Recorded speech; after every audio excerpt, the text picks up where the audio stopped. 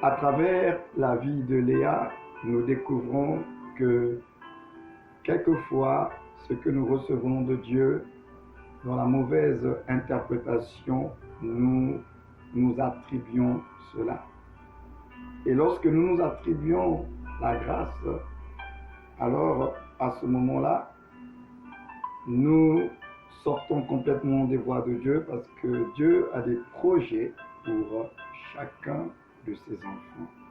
Et les projets de Dieu sont des projets de paix et non de malheur. Et donc tout ce que Dieu va faire, il va le faire à cause de son projet. Donc tout ce qui nous arrive de façon générale ne surprend pas Dieu. Mais ce que j'aimerais encore nous dire cet après-midi, c'est que nous faisons partie d'un plan global et c'est un dessein qui est divin. C'est Dieu qui a son projet et il nous accorde la grâce de pouvoir prendre part à ce projet global divin dont lui-même il en est l'auteur. Donc c'est important pour nous de comprendre que notre vie, il ne faut pas la voir de façon isolée. Nous ne sommes pas sur cette terre par hasard. Le fait que vous soyez en vie jusqu'à cette heure, jusqu'à cette journée, ce n'est pas non plus un hasard, il y a un plan de Dieu. Et votre naissance même dans la famille, vous êtes dans le pays où vous êtes, est un projet de Dieu. C'est vrai qu'au premier abord, nous ne comprenons pas toujours et nous n'apprécions pas toujours ce que Dieu fait à travers notre vie. Nous sommes tellement focalisés sur la réalité, sur tout ce que nous vivons, que nous oublions que Dieu ne fonctionne pas selon la réalité, mais selon lui-même, c'est-à-dire selon la vérité. Alors aujourd'hui, toujours pour nous permettre de comprendre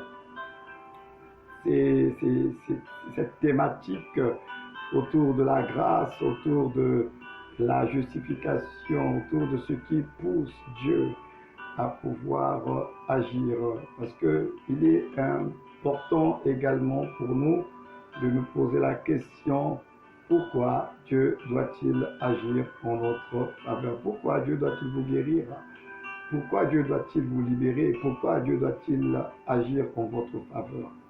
Et c'est là, dans la mauvaise interprétation de la grâce, nous pouvons penser que Dieu le fera tout simplement parce que nous sommes dans la souffrance ou bien parce que nous sommes en difficulté.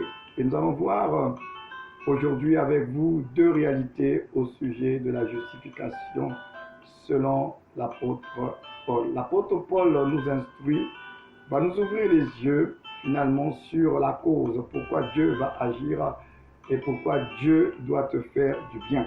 Selon Philippiens 3, le verset 7 à 9, la Bible dit ceci: mais ces choses qui étaient pour moi des gains, je les ai regardées comme une perte à cause de Christ.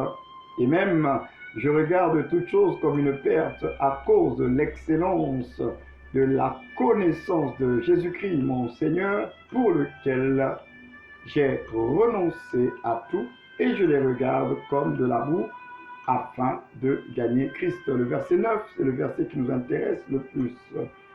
Et d'être trouvé en lui, non avec ma justice, celle qui vient de la loi, mais avec celle qui s'obtient par la foi en Christ, la justice qui vient de Dieu par la foi. Je reprends le verset 9. Et d'être trouvé en lui, non avec ma justice, celle qui vient de la loi, mais avec celle qui s'obtient par la foi en Christ, la justice qui vient de Dieu par la foi.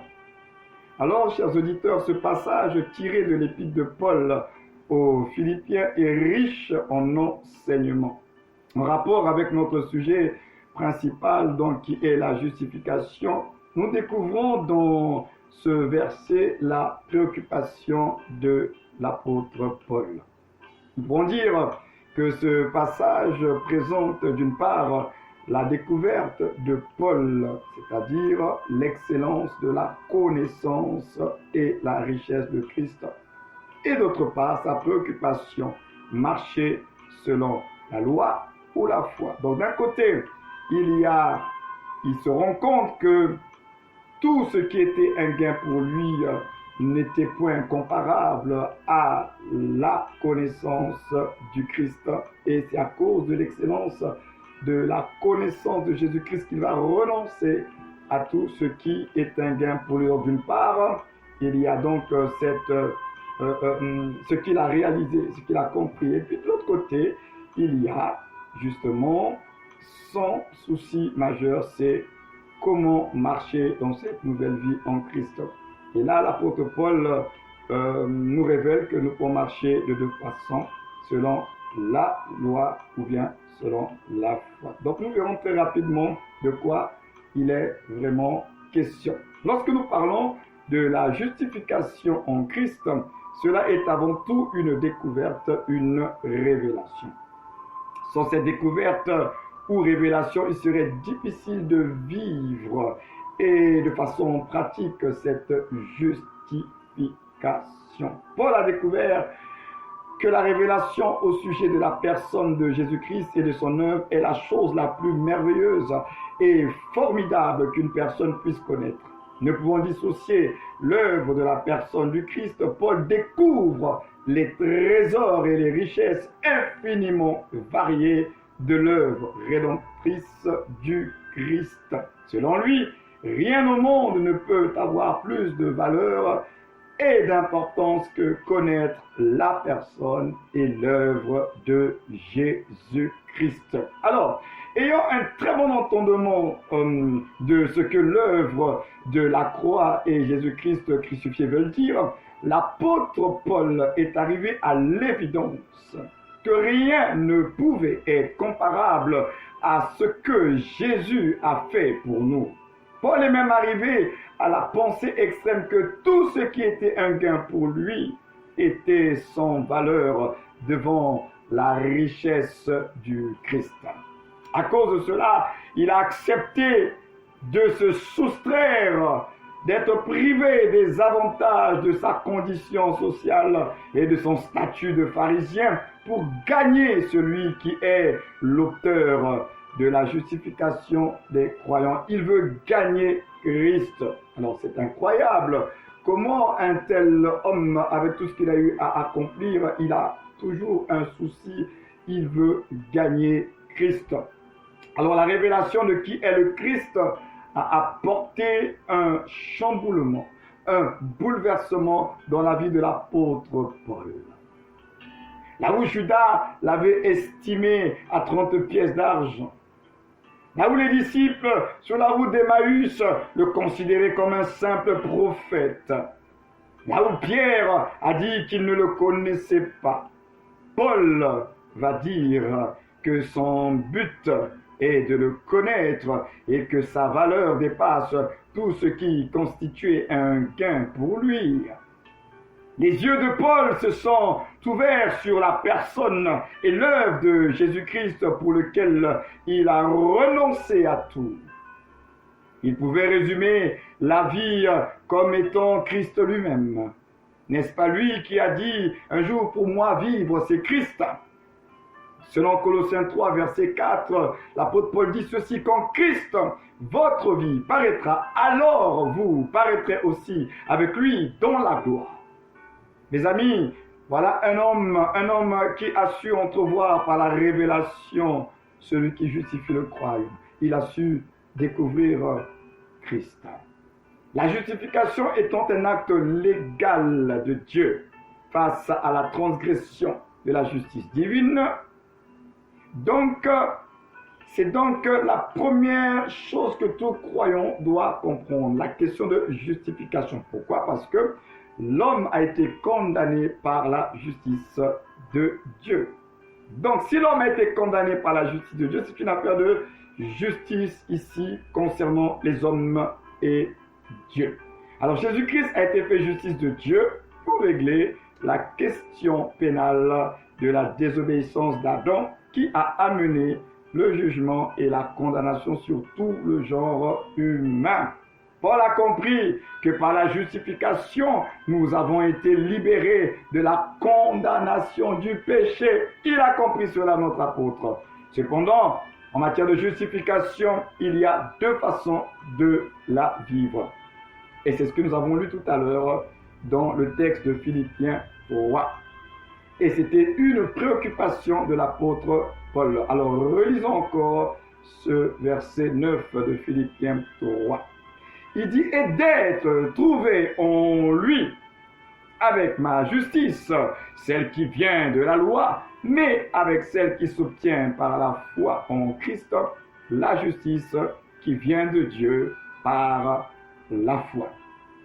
Paul l'apôtre nous révèle ici les deux réalités de la justification.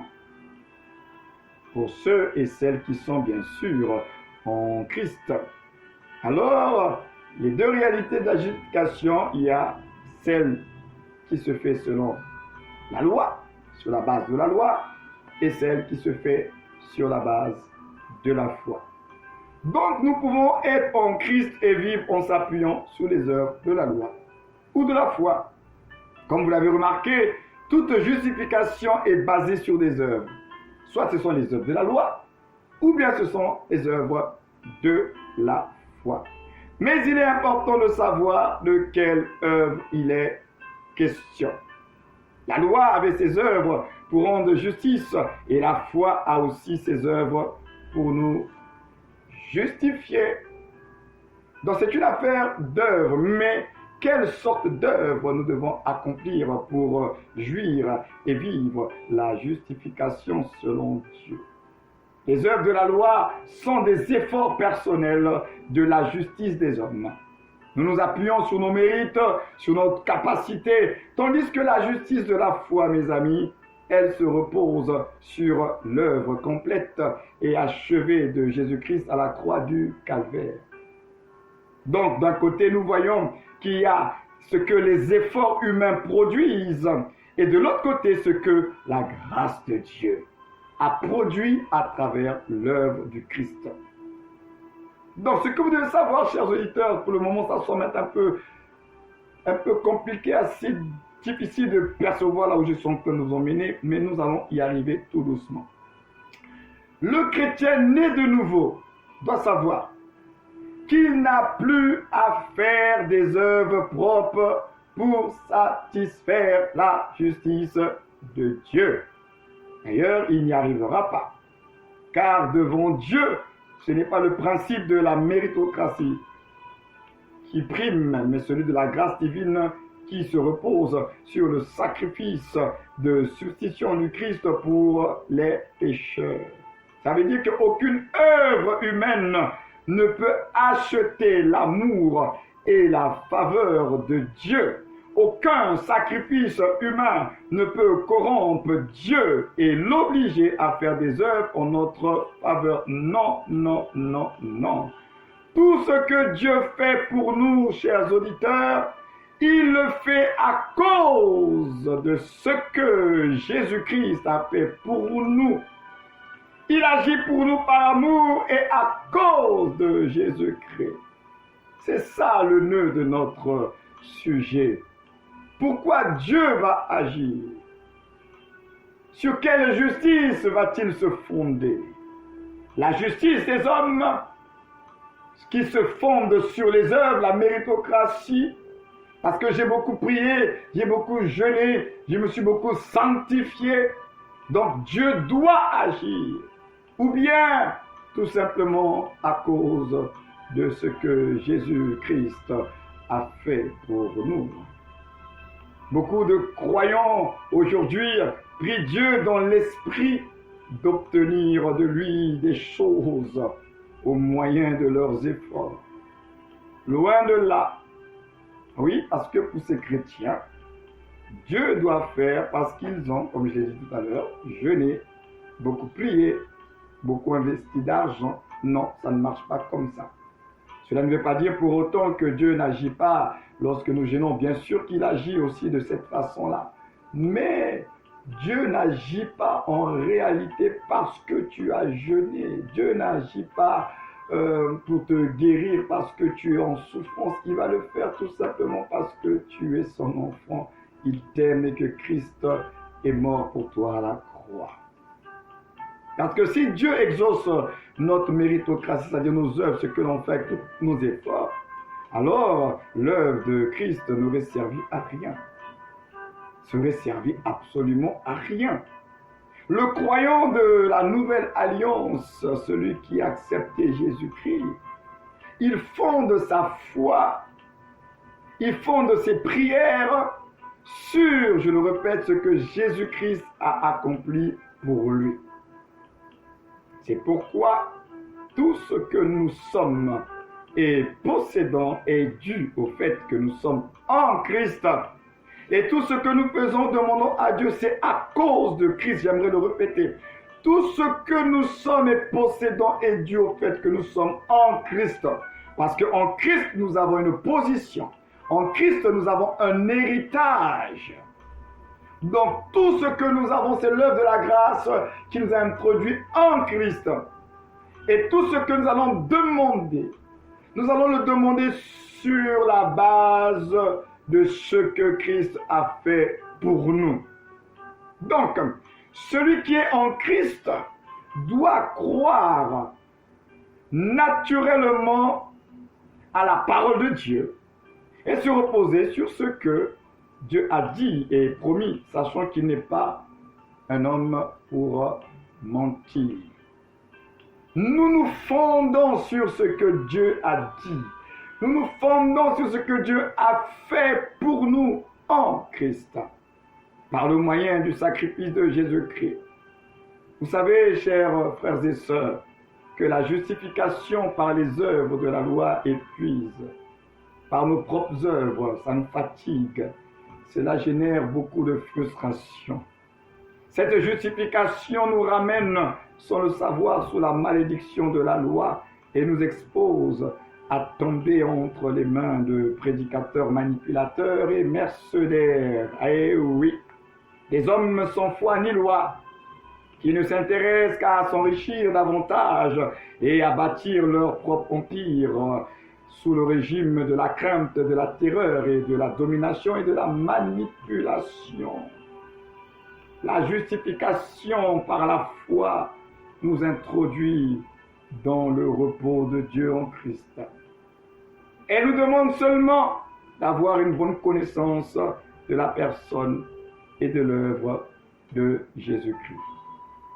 La justification par la foi, elle se fait, comme je ne cesse de le dire, selon l'œuvre de Christ et ça tombe tout simplement par la réponse de notre foi en lui. Cette foi en lui, pour être vivante, a besoin de manifester des œuvres à travers notre obéissance, notre soumission, nos actions, nos paroles face à l'adversité. Notre foi, pour ne pas être morte, inactive, improductive, a donc besoin d'être extériorisée, c'est-à-dire manifestée par un langage, par une attitude, par un comportement. Donc, oui, il y a des œuvres à produire, mais les œuvres que nous devons produire, ce sont les œuvres de la foi et non nos propres œuvres. Ce ne sont pas des œuvres issues de notre capacité, de notre expérience. Ce ne sont pas des œuvres qui sont issues du fait que je sais faire, donc je veux le faire. Non, nous faisons les œuvres de la foi parce que la foi se repose sur la grâce de Dieu. Donc même quand nous manifestons les œuvres de la foi, c'est parce que nous avons réalisé la grâce de Dieu. Donc, nous ne sommes pas en train d'encourager les chrétiens à la passivité, bien au contraire, la foi en Christ, elle est vivante, elle est entreprenante, elle est pleine de bons fruits de la justice de Dieu. Donc, tout enfant de Dieu, chers auditeurs, s'il n'a pas découvert les richesses de la personne et de l'œuvre du Christ, il est exposé à vivre sa vie chrétienne sur la base de ses efforts et de ses œuvres. Or, celui qui a compris Christ, comme l'apôtre Paul, sait que tout est grâce et que l'œuvre de Christ et de la foi en sa parole sont suffisantes pour vivre pleinement une vie chrétienne victorieuse et épanouie. Frères et sœurs, le Seigneur disait que jusqu'à présent, vous n'avez pas encore demandé en mon nom. Alors c'est assez étonnant parce que nous sommes dans une génération où nous demandons beaucoup. Nous prions beaucoup. L'Afrique est un continent parmi les autres continents qui prie énormément. Il y a beaucoup de prières en Afrique. Mais lui dit, déjà de façon prophétique, jusqu'à présent, vous n'avez pas encore demandé en mon nom. Comment? Alors imaginez un peu qu'on pose cette question au peuple africain. Et le Seigneur dit à l'Afrique que jusqu'à présent, vous n'avez pas encore demandé. Les Africains diront, mais non, nous on demande tout le temps. Hein? Tous les jours on demande. On prie tous les jours, nous les Africains. Oui, nous prions en Afrique. Mais il a dit, en mon nom, il y a une précision. En mon nom. Alors la question, il dit, si vous demandez en mon nom une chose, au Père, il vous l'accordera. Alors il vous l'accordera, pourquoi pas? Parce que vous avez demandé. Parce que le Père n'exauce pas le fait qu'on demande pour demander. Les demandes simples n'intéressent pas Dieu. Dieu veut, il veut que nous puissions demander selon un protocole. Il y a un protocole lorsque nous demandons les choses à Dieu. Et ce protocole, la parole de Dieu elle-même, elle nous le présente. Ce protocole, c'est tout simplement que Christ soit la base, que Christ soit le fondement de ce que nous demandons. Il y a un protocole, c'est pas juste demander Seigneur, je souffre.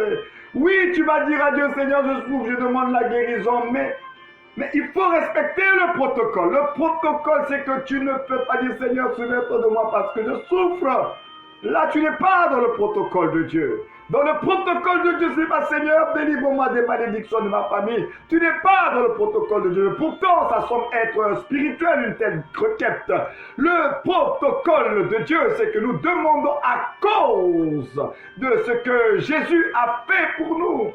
C'est ça, demander en son nom. En d'autres termes, demander en son nom, c'est demander à cause de Jésus. Donc il faut que la cause de ta demande soit ce que Jésus a fait pour toi. Si la cause de ta demande c'est seulement parce que tu souffres, cela n'intéresse pas Dieu. Je répète, il y a un protocole. Même dans la prière, il y a un protocole. D'ailleurs, la Bible dit même que nous prions mal. Et le Saint-Esprit est là pour nous aider. Donc, c'est pour vous dire que prier, ce n'est pas juste parler. Il y a un protocole. Et Jésus s'est arrangé à ce que nous puissions comprendre la notion du protocole. Ce n'est pas parce que tu souffres que Dieu va agir. Ce n'est pas parce que tu es malade que Dieu va agir. Non, il agira. Il te guérira parce que Jésus-Christ de Nazareth est mort à la croix pour toi. Et c'est par ces meurtrissures que tu es guéri. À cause de ce que Christ a fait, Dieu va faire. Dieu ne fait pas juste parce que nous souffrons. Non, il y a le protocole. Alors, pour avoir des prières exaucées, nous devons nous fonder sur le protocole. Et le protocole, encore une fois, c'est Jésus-Christ. Jésus-Christ reste l'incontournable. Vous vous rendez compte que dans la vie chrétienne, tout se fait en lui, par lui et pour lui. Même dans l'exaucement de la prière, il reste l'élément clé du protocole. Nous prions par le Saint-Esprit au nom de Jésus-Christ. Il y a un protocole qui est là. Alors Jésus, à ce moment-là, vous comprendrez, frères et sœurs, qu'il n'est pas juste une leçon parmi les leçons, une thématique parmi les thématiques.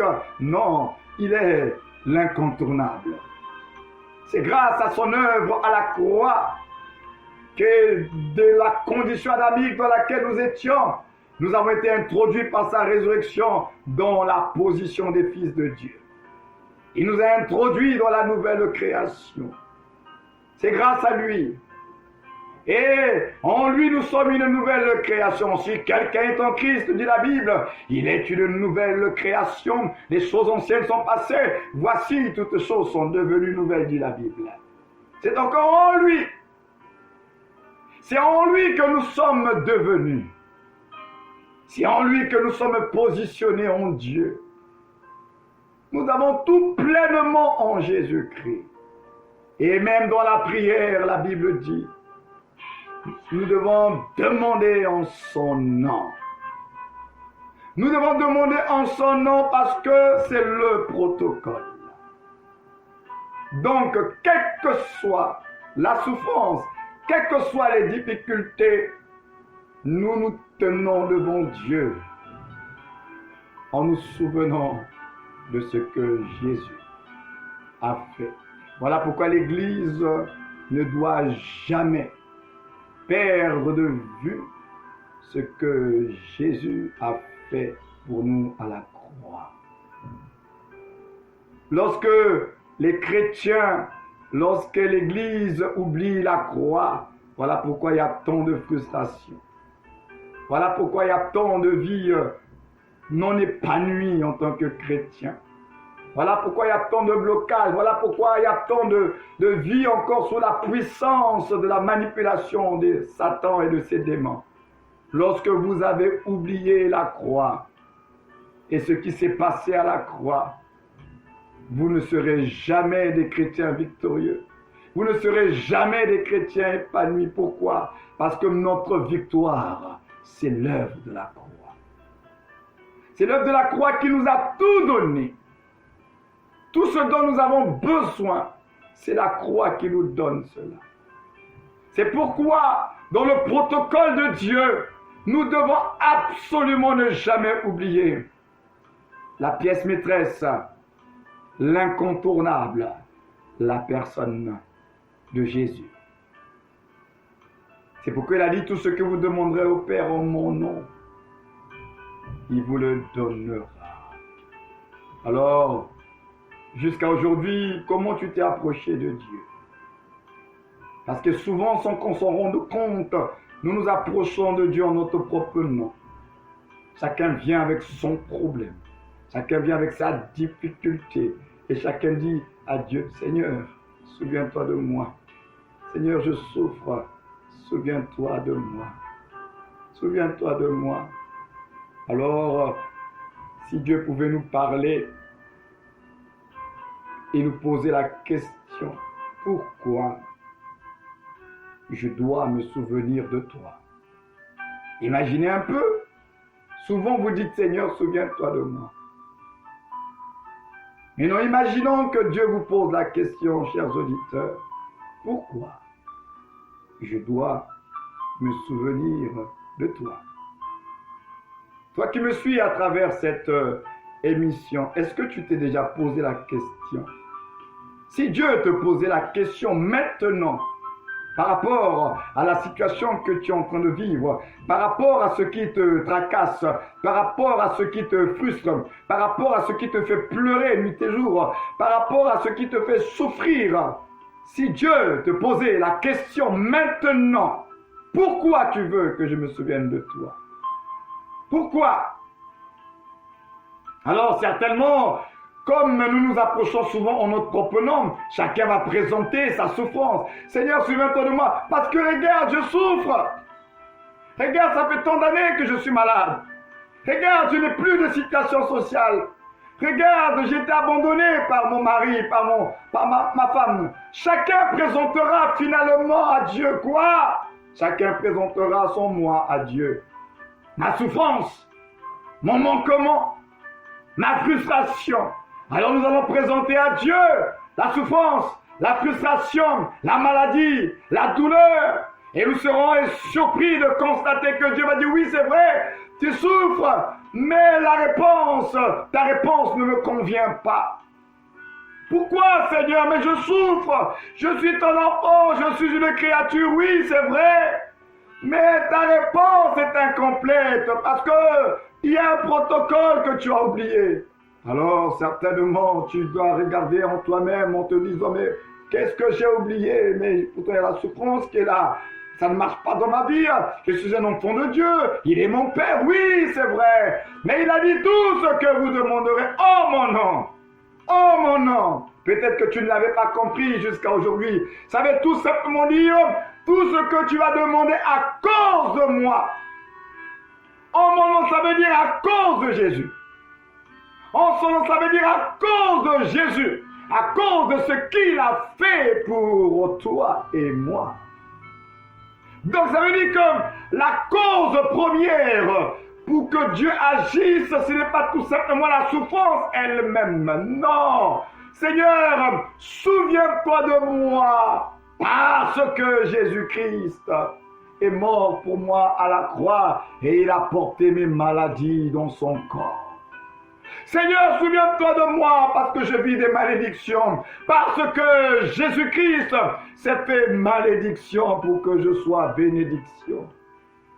Seigneur, souviens-toi de moi parce que je vis la misère et la pauvreté, parce que Jésus-Christ, le riche qu'il était, il s'est fait pauvre pour nous enrichir.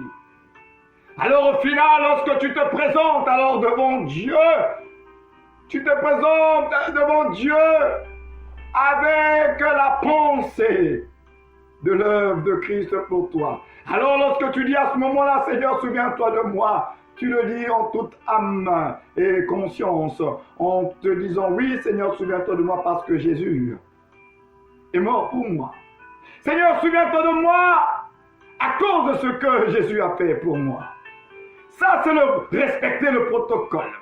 Respecter le protocole, c'est cela, mes amis. Seigneur, souviens-toi de moi à cause de ce que Jésus a fait pour moi. Et comme Christ l'a fait pour moi, je ne dois pas vivre cela parce qu'il a fait ça pour moi. Il a fait cette œuvre pour moi. Seigneur, souviens-toi de moi.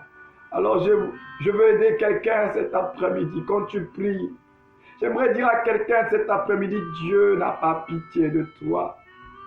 Ah non, il n'aura pas pitié de toi. Pourquoi? Parce que Dieu t'aime.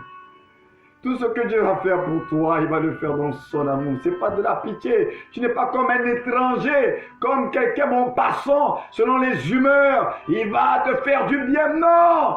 Tu n'es plus un homme, une femme de dehors. Tu es fils et fille de Dieu, citoyen du royaume des cieux. Tu lui appartiens, il t'appelle par ton nom. Tu es son bien-aimé, tu es sa bien-aimée. Tout ce que Dieu va faire dans ta vie, il le fera dans son amour et à cause du plan merveilleux qu'il a pour toi. Il n'aura pas pitié de toi. Et lorsque tu t'approcheras de lui, tu ne t'approches pas de lui comme un mendiant, mais comme un fils, avec assurance. Votre Bible ne dit-elle pas, approchez-vous avec assurance du trône de la grâce afin d'obtenir la miséricorde de Dieu. Dieu est miséricordieux dans son amour. La miséricorde fait partie de l'amour de Dieu. Ce n'est pas la pitié tout court. Non, c'est une miséricorde, c'est une grande compassion. Ça fait partie de l'amour de Dieu. Dieu nous aime. Dieu n'aura pas pitié de toi parce qu'il t'aime. Il t'aime et il va agir selon le plan et le timing qu'il a fixé pour ta vie. Écoute-moi bien, toi qui m'écoutes. Tu dois savoir une chose aussi. C'est que dans le plan de Dieu, il y a le temps de Dieu. Tous les plans, les projets que Dieu a pour ta vie, Dieu a fixé un temps d'exécution. Parce que Dieu lui-même, il travaille avec le temps. Donc, il y a le plan de Dieu et il y a le temps de Dieu. Dans le temps de Dieu, il y a le moment de Dieu, la saison de Dieu. Et dans le moment de Dieu, il y a enfin le maintenant de Dieu. Tu dois le savoir. Tu es frustré parce que tu ne comprends pas comment Dieu travaille. Dieu a des promesses pour ta vie. Dieu a des projets pour ta vie. Mais chaque parole, chaque promesse de Dieu est rattachée à un temps d'exécution. Écoutez, même là, la nature nous enseigne, lorsqu'il y a un projet de construire un édifice, mais il y a un temps d'exécution des travaux. Il y a le plan qui est là, c'est bien beau. Il y a le projet, il y a le plan, mais il y a également le temps d'exécution du projet. Mais c'est la même chose avec Dieu et nous. Dieu a un plan, Dieu, il a un projet pour chacun de nous.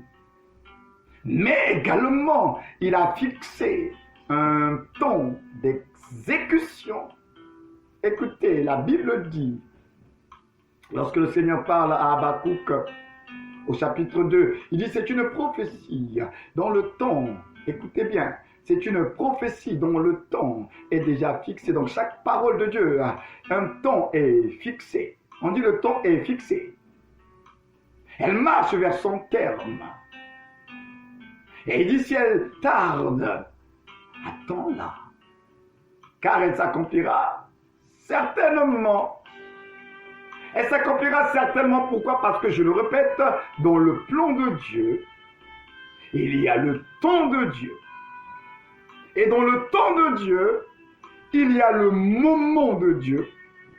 Dans le moment de Dieu, il y a le maintenant de Dieu. Et le maintenant de Dieu, c'est le fameux temps Kairos que vous avez certainement dû écouter des prédications là-dessus. C'est le maintenant, le temps favorable, c'est le maintenant, c'est le feu vert de Dieu. C'est son maintenant, c'est le go de Dieu. Donc, lorsque vous ne comprenez pas comment Dieu fonctionne, alors vous allez être frustré. Oh, moi j'aimerais tout simplement dire à quelqu'un qui est connecté cet après-midi, Dieu n'est pas un homme pour mentir. Si Dieu a parlé sur votre vie, sa parole s'accomplira. C'est une question de timing, de temps, tout simplement. Et dans ce moment d'attente, tu dois attendre dans l'espérance de la foi. Donc, tu attends dans la foi. Et dans cette foi-là, pourquoi? Parce qu'il y a une parole, parce que la foi toute seule n'existe pas. La foi vient d'une parole révélée de Dieu. Et cette parole, c'est une vérité établie de Dieu pour ta vie. Alors, tu attends dans la foi parce que tu as entendu ou bien tu as reçu une parole de Dieu révélée personnelle pour toi.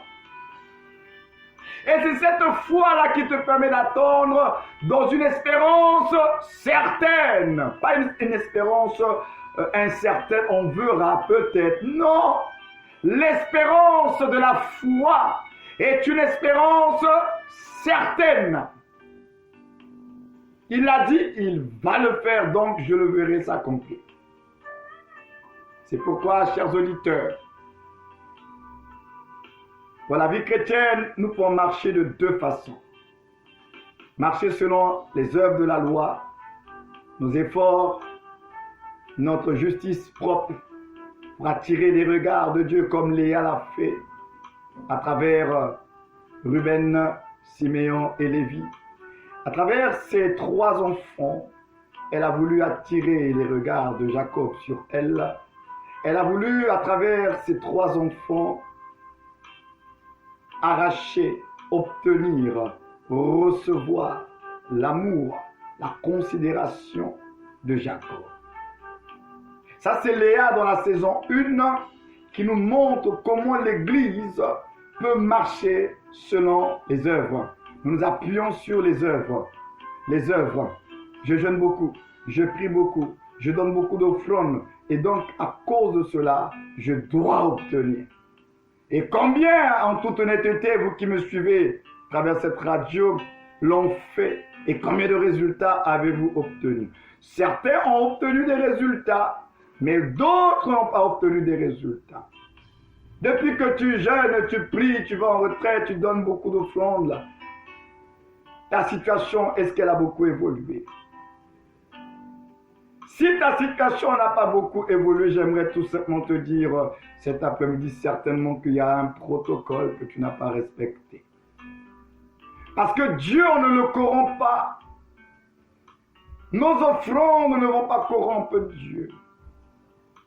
Notre sanctification ne va pas impressionner Dieu. Qu'est-ce qui peut impressionner un tel Dieu? Qu'est-ce qui peut influencer un tel Dieu? Rien ne l'étonne, rien ne le surprend. D'ailleurs, tout ce que nous avons nous vient gracieusement de lui-même.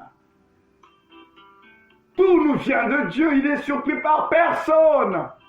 Mais alors, pourquoi les choses ne bougent pas? Certainement qu'il y a un protocole, le protocole de la justification, non pas par les œuvres, mais à cause de l'œuvre de Christ pour nous. L'élément déclencheur, c'est Christ. C'est Jésus. C'est Jésus. Il n'y a de salut en aucun autre nom. Et dans ce salut-là, il y a tout dedans. Délivrance, guérison, prospérité, tout est dans le salut. Donc, la Bible dit, il n'y a de salut en aucun autre nom, si ce n'est par le nom de Jésus, la personne de Jésus. Or, on ne peut pas parler de la personne de Jésus sans parler de l'œuvre de Jésus-Christ. Et l'œuvre de Christ, pour nous, c'est la croix de Golgotha. C'est ce qu'il a fait au calvaire. C'est ta foi en ce qu'il a fait qui va te délivrer. C'est ta foi en ce qu'il a fait qui va te donner la guérison. C'est ta foi en ce qu'il a fait qui te permettra d'être libéré des réclamations, des condamnations et de la malédiction. C'est ce qu'il a fait parce qu'à Golgotha, il travaillait pour toi et moi. C'est une œuvre, donc c'est un travail. Il travaillait pour toi et moi à la croix. Oui, l'œuvre de la croix de Jésus, c'est un travail.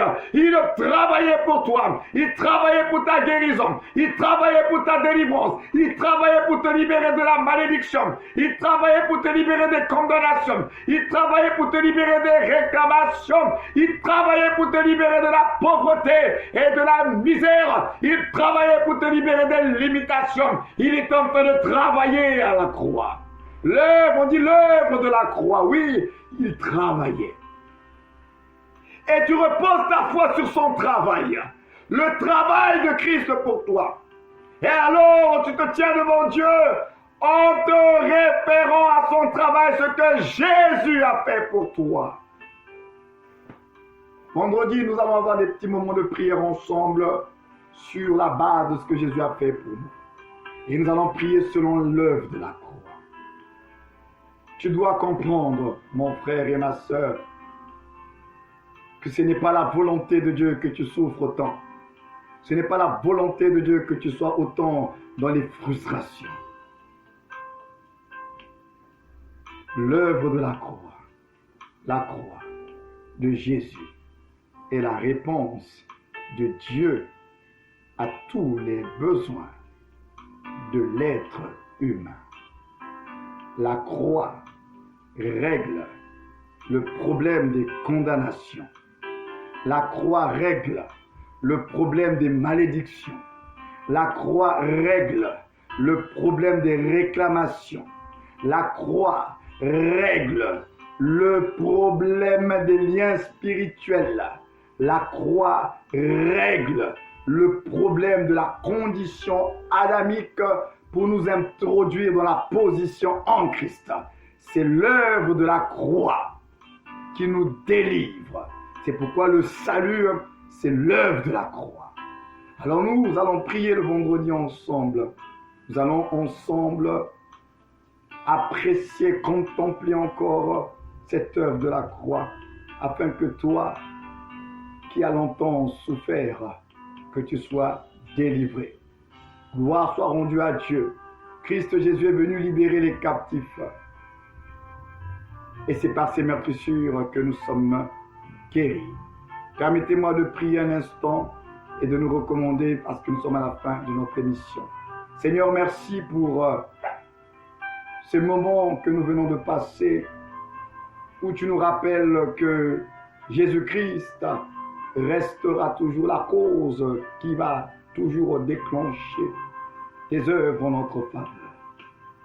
Merci parce que tu nous permets de comprendre que sans Jésus, Nous ne pouvons pas vivre les exaucements de nos prières parce que dans le protocole de la prière, c'est en son nom, c'est à cause de lui, c'est à cause de son œuvre que tu exauces les prières. Alors permets-nous de ramener Jésus au centre de tout, au centre de nos requêtes, au centre de nos demandes, au centre de notre adoration, au centre de notre prédication, que Jésus soit le centre. Merci encore pour tous ces auditeurs qui ont été connectés. Je les bénis dans le merveilleux et l'excellence du nom de Jésus-Christ. C'est avec action de grâce que nous avons tous prié en disant Amen, Amen. Et rendez-vous vendredi prochain dans votre émission Temps de la Restauration. Que le Seigneur vous bénisse. À très bientôt. Shalom, shalom, shalom à tous.